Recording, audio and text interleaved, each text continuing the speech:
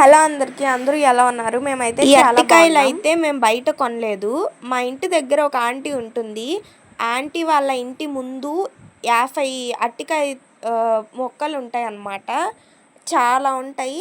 అది మొత్తం ఒక తోటలాగా. ఇంటి ముందు చాలా ఖాళీ ఉంటే ఆంటీ అన్ని మొక్కలు పెంచింది.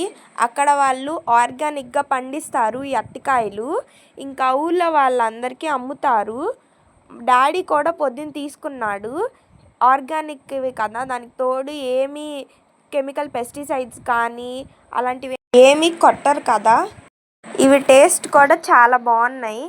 ఇవి వచ్చేసి డజన్ 40 రూపీస్. ఇవి వచ్చేసి సపోటా కాయలు. మేము పోయినసారి అమ్మమ్మ వాళ్ళ ఇంటికి వెళ్ళినప్పుడు సపోటా మొక్క ఉంది కదా పెరట్లో, ఆ సపోటా కాయలు వచ్చినాయి. ఒక 2 కాయలు అవి ఇచ్చింది అమ్మమ్మ.